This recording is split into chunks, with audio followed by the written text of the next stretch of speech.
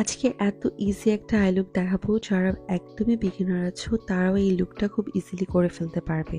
So ফার্স্টে আমি আমার আইশ্যাডোর জন্য একটা বেস ক্রিয়েট করে নিব। এটার বেসটা এত বেশি সুন্দর হয়। সো আমি জাস্ট অ্যাপ্লিকেটরে হালকা পাতলা নিয়ে নিব, আমার যতটুকু আছে এখন, ব্যাস এতটুকুই হবে। তারপর এই ডোম টাইপের একটা ব্রাশ নিব। এটা হচ্ছে রিয়েল টেকনিকের একটা ব্রাশ।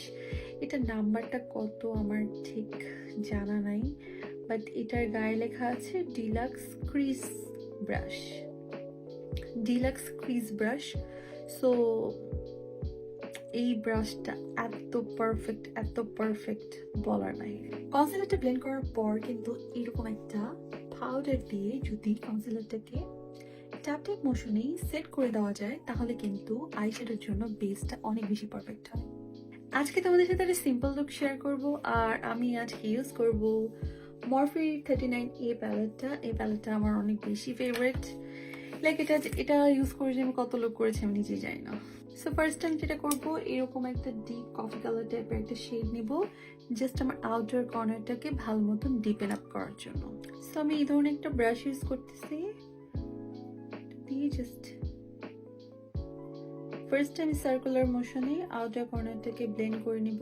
পরে আমি জাস্ট এটাকে ড্র্যাগ করে আমার ইনার কর্নার পর্যন্ত নিয়ে আসবো। আজকে আমি কি লুক করতে যাচ্ছি আসলে আমি জানি না। সবসময় দেখা যায় যে আমি যখনই কোনো একটা আই লুক করি, আমার তেমন কোনো ইন্সপিরেশন থাকে না, I just go with the flow. So এটা যখন এইরকম একটা অবস্থায় আসবে, তখন আমি এটার আপাতত কাজ করা বন্ধ করে দিই। এরপর আমি একটা ঠিক এই টাইপের একটা কালার নিয়ে আমার ট্রানজিশন কালারটা করব।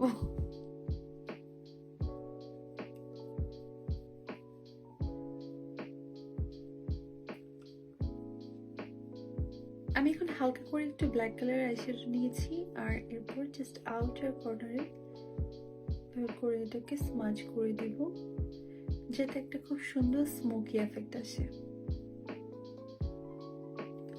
এরপর জাস্ট যতটুকু ব্রাশে থাকবে আমি সেটাকে ড্র্যাগ করে ইনার কর্নার পর্যন্ত নিয়ে যাব। সো আমি একটা হাফ কাট ক্রিজ করে ফেলেছি। সো ডান, আমার দুই চোখ হচ্ছে কাট ক্রিজ করা। আমি হালকা করে পাউডার দিয়ে আমার কাট ক্রিজটাকে সেট করে নিয়েছি, কারণ আজকে একটু ডিফারেন্ট ওয়েতে করতে চাচ্ছি। লেটস সি কি হয়। এখন আমি এই যে অরেঞ্জ টাইপ অফ একটা কালার আছে, এই কালারটা নিয়ে জাস্ট আমার এই জায়গাটাতে সার্কুলার মোশনে ব্লেন্ড করব। আমি কালারটাকে মানে ইনার পজিশনে নিয়ে আসবো না, জাস্ট আউটার কর্নার থেকে একটু ভিতরে এটাকে সুন্দর করে এটাকে ব্লেন্ড করব রাউন্ড রাউন্ড করে।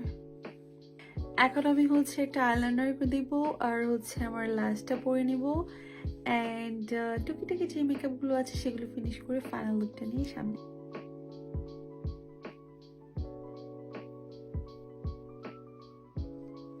So this is the final look. আর আজকের লুকটা অনেক বেশি সিম্পল ছিল। আমি খুব মানে একটা ম্যাট টাইপ অফ লুক চাচ্ছিলাম, তাই আমি এই ধরনের একটা লুক ক্রিয়েট করেছি। কেমন লাগলো লুকটা অবশ্যই কমেন্ট করে জানাবে। দেখা হবে অন্য কোনো ভিডিওতে। বাই। Oh my gosh!